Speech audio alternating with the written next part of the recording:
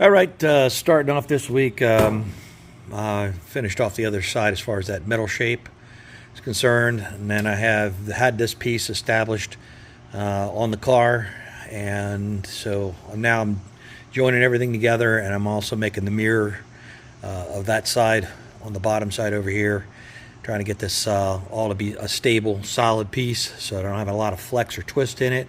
So when I put it up underneath the nose for the final flange fabrication, as far as how it's going to attach to the nose, it'll all be uniform and symmetrical and stable.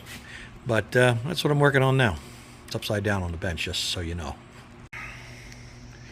Well, there's the first rough fit of the piece under there. I've got a lot of tinkering to do to get it to fit at the right angle. It wants to, when you tighten it up, it wants to rock forward, which I knew it was going to do because it's not exactly shaped to the nose, that upper plastic piece on the top of the grill. So I have to make a custom piece to make up the differential between the shape of that lower grill and the bottom. It's about 1/4 of an inch tapered off to nothing. Not very noticeable, but it'll be part of the lower structure there. At any rate, that's the end of day one this week. A lot of tinkering. A lot of things became obvious as I was trying to reassemble certain things, and so it's all part of it. I got to keep digging. So bunch of trips up and underneath the car, back and forth, mounting this, remounting this, unmounting this, and making adjustments to it. This is kind of a difficult thing because I'm trying to keep everything as symmetrical as possible, keep everything decked out as level as possible for this lower area. Also trying to get it all, once you tighten it up, to the bottom side of the nose so it doesn't take a set. In other words, what was happening initially is when I bolted this up to the bottom of the nose, it wanted to follow the shape of the nose, so what I was doing was pitching it up a little bit, which pulled the bottom out, which made it look like a big set of buck teeth. But obviously that was not the angle I intended, because I had these already determined from my mock-up as far as how they would flow out into the sides of the fenders. So they were pointing, these ends were pointing downwards. So I had to correct that angle, and the way I ended up doing is I've got a spacer or a shim that's got to go in here. That's a 3/16 plastic. It's going to go on the top there. It's going to get sandwiched between where it bolts to the nose. I already have weld nuts in the nose on the bottom side to bolt through here, through these sections here, but I'm going to be adding another bolt up right here on these ends that I've added. I've added these to tie this whole structure here together, so this is one nice piece here. Of course, I have to weld everything up and clean it all up, which comes later. Found out my little screw set up here to hold this grill in. I have one on either side. That's not going to work over here. I'll have to figure out how to put a flange here or something, because once this side piece is applied here permanently, you're not going to be able to get to that screw. Anyway, unless you want to drill a hole through the side of the fender. But anyway, lots of back and forth to get this right, but it's better to take the time now than stand back and look at it and be horrified. All right, I'll show you what I'm talking about all this stuff at any rate. This little spacer up in here now it has an extra duty here, in addition to space in the front down, so that this can tip towards the back once it's tightened to the bottom of the nose.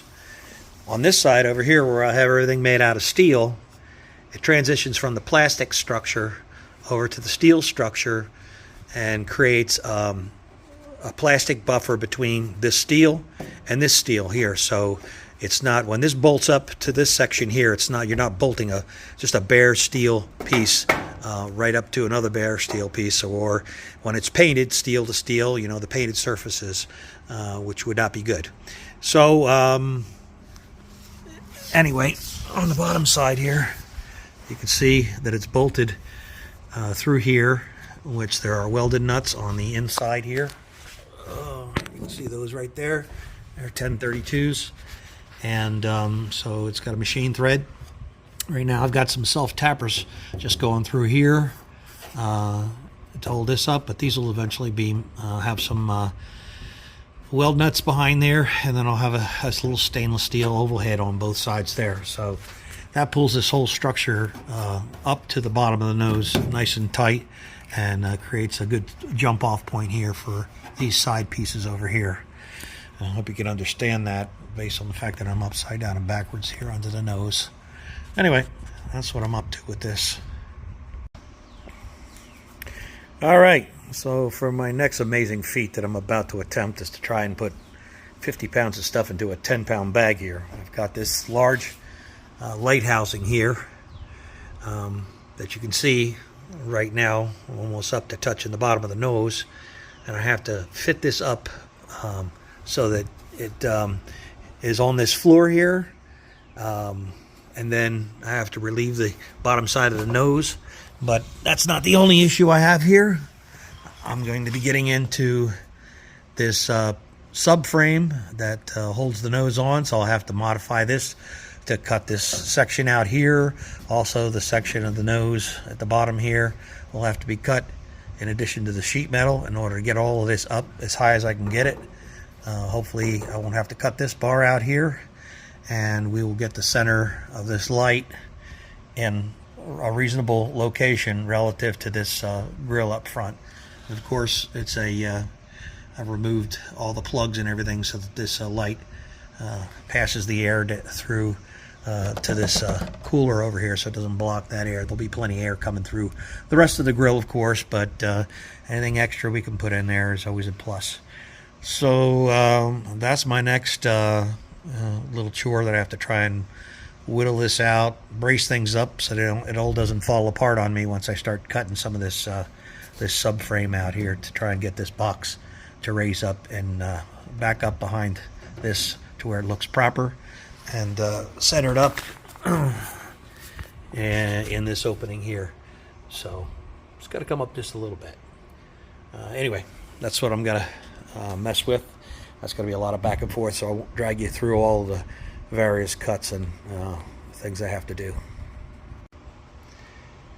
All right, well, didn't seem possible, but I've got that whole housing up inside there, and it's going to be able to be attached to the rear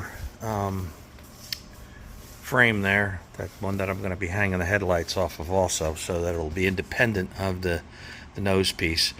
You can see that it's just I didn't have to fool with this part of the subframe, just this lower part that connects to the nose itself over here. So I basically cut this section out and put some stobs from here on up, so that reintroduces some integrity to this frame that the nose bolts to at the bottom. And then I cut out the nose sheet metal here, which I still have to reinforce right there, and so that's what it's looking like basically behind there, and that's a straight on view right there.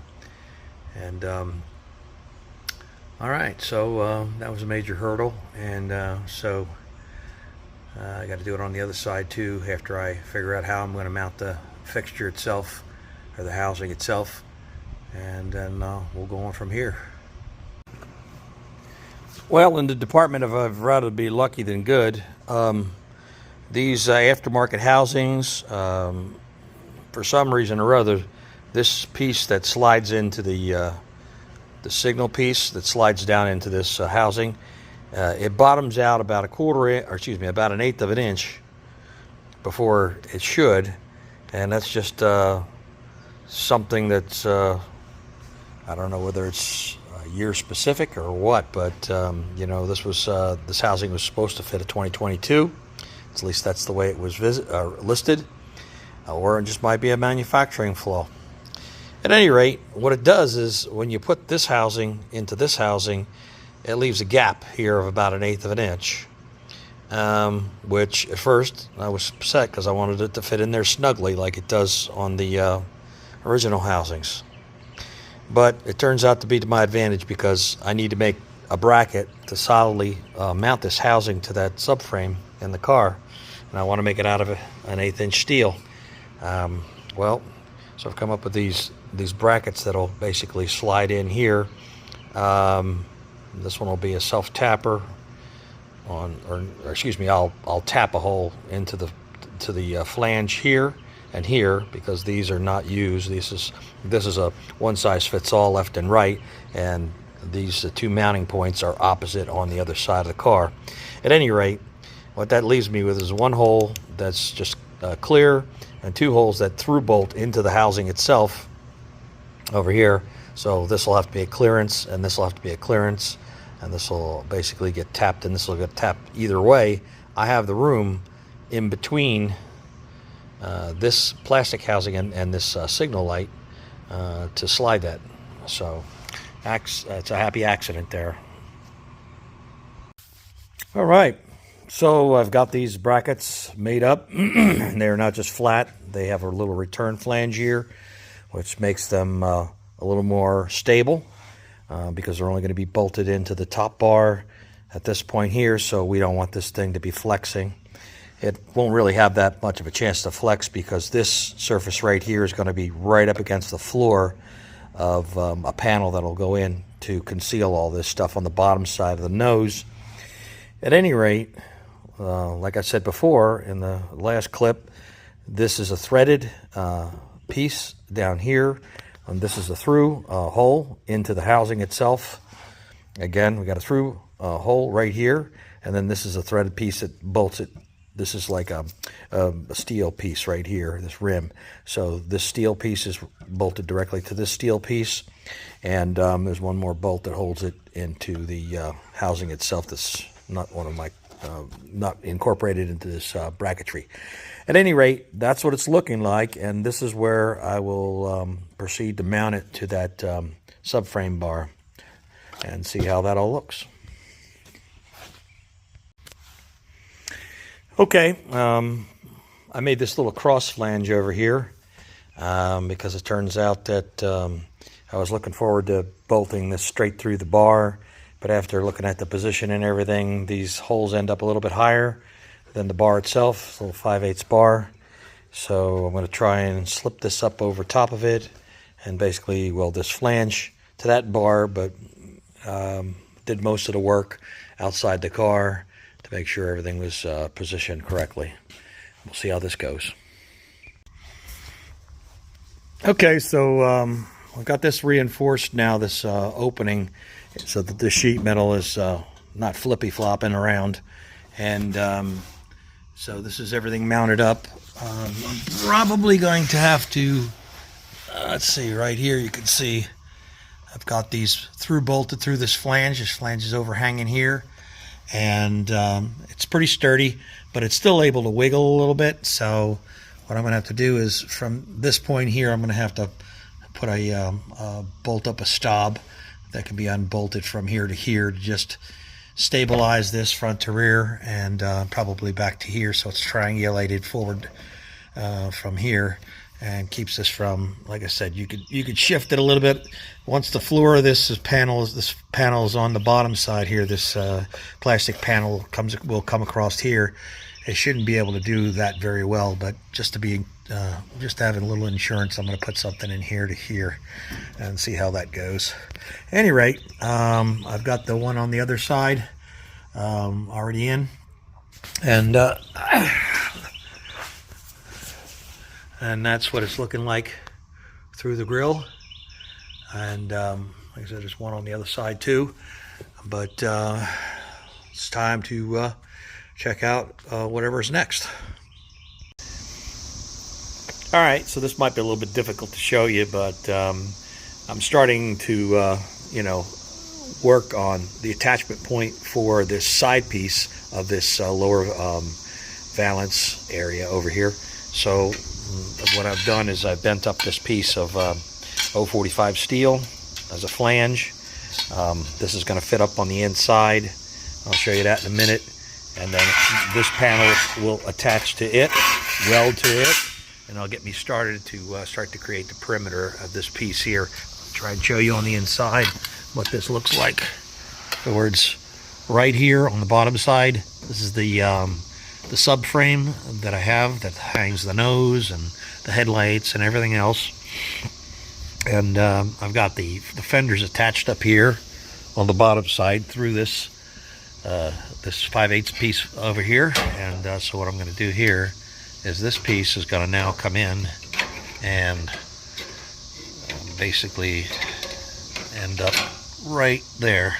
And that leaves this flange over here hanging down for me to attach that piece to. So this will eventually, when I get the fenders back off and I'm able to get in there, I'll put some weld nuts on the back side so this can be bolted up with 2 bolts to this subframe, and that'll carry that. Anyway, I hope all that wasn't too jumbled for you. It's a little cramped under here. My wife actually asked me yesterday, she says, "How are you getting so dirty out there? What are you, laying on the floor?" Sometimes you don't know what to say. Okay, so I've tacked this panel up to this flange that's secured just with a couple of self-tappers to the back side of that frame that holds the nose up and the fenders. And I've gone ahead and I've added a flat rim on the bottom side to continue this rim that I have going around from all the way from the front, and that gives it a continuous, that makes the whole thing pretty rigid right there. Now I've got to fill in the gap here. I've got to make a flange for the top here that comes around the top here. This one already is already in existence, so nothing to do there except make sure that everything here transitions good. Anyway, that's what I'm up to. All right, one of the hardest things about doing this stuff, especially with compound shapes, is trying to make everything look symmetrical. So anytime I can establish a pattern, on one side and transfer it to the other, it's a big plus. Sometimes it's not really all that easy because the shape is going in a couple of different directions, and so you got to kind of do the best you can. But here I just basically put use this straight edge on the flange over here and shrink and stretched this piece until I had the same curve to fit the other side, and I was able to strike this curve to establish this side over here. That'll help me get it as close as I can. Obviously, all of these parts were done the same way, trying to get it as symmetrical as possible. All right, I'm working on this last piece that closes out. It's actually not the last piece, but it closes out this corner on the side over here. And before I could do that, I had to add a flange to the top side over here, and then also this piece of 1/4-inch tubing. And the reason for the 1/4-inch tubing is it softens up this transition. There'll be another piece of metal on the back side here, and I didn't want to have a sharp edge here because, very difficult to finish out a sharp edge, with Bondo and paint, and you don't see too many sharp edges like that on cars. Nice to ease it over around this corner here, and there's really no way to do it neatly unless you just throw a piece of tubing in here, and so that's what I'm doing.